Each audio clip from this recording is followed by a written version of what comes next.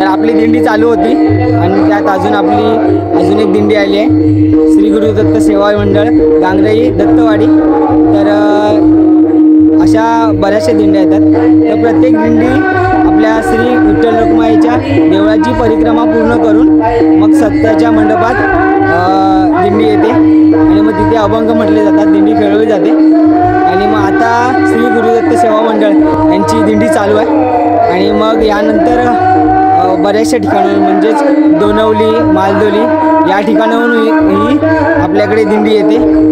आपण सुद्धा त्यांच्या सप्ताह असला, काही धार्मिक कार्यक्रम असले की आपली सुद्धा दिंडी आपल्या गांगरे गावामधून त्यांच्याकडे जाते खेळायला। तर आता दोनवलीत सुद्धा सप्ताह आहे, तर आपल्या गांगरेतली मुलं गेली आहेत तिकडे आपल्या दिंडीला, दोनवलीतली पण दिंडी येईल आणि जी दिंडी येते या मंडळाची नोंदणी आपल्या जो सूचना फलक आहे त्यावर नोंदणी केली जाते। तर आता जी दिंडी आली आहे ती श्री गुरुदत्त सेवा मंडळ दत्तवाडी गांगराई इथली आहे, म्हणजे आपल्याच गावातली आहे। तर ही दिंडी आपल्या श्री विठ्ठल रखुमाई देवळाची पूर्ण प्रदक्षिणा पूर्ण करून मग सत्याच्या मंडपात जाईल।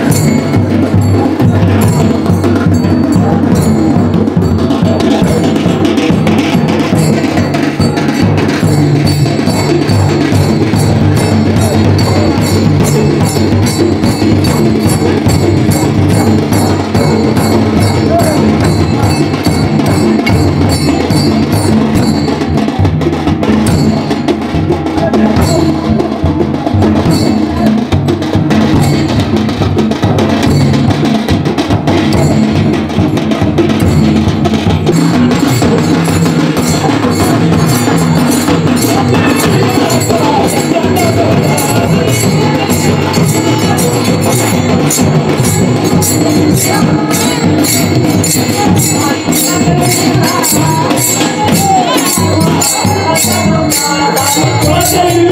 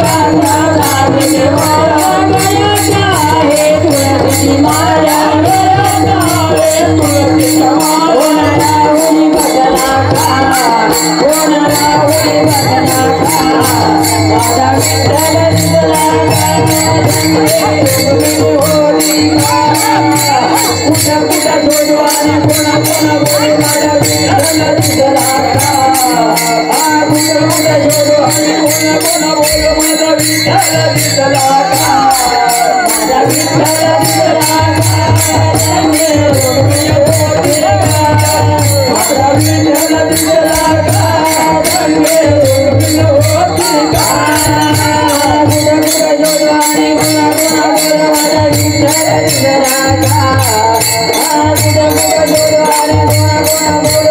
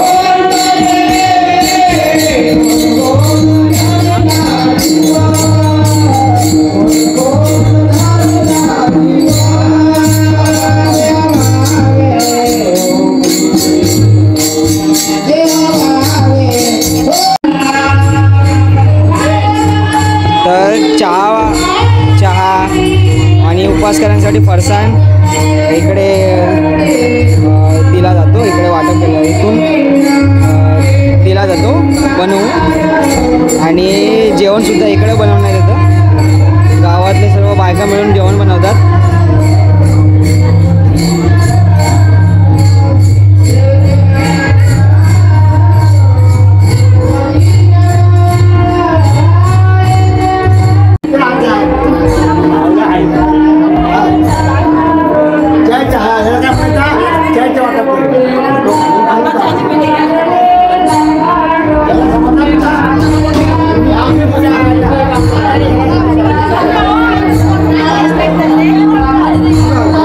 सकाळी सप्तेश्वराची स्थापना झाली आणि मग त्या स्थापनेनंतर आरती झाली आणि आरतीनंतर सर्व गावकरी मंडळींनी दिंडी काढली आणि दिंडीतून आपल्या देवळाची परिक्रमा पूर्ण केली. आणि तीच दिंडी आपल्या जो मंडप आहे सप्त्याचा तिथे थोडा वेळ खेळली आणि त्यानंतर मग आता दुसरी दिंडी आहे.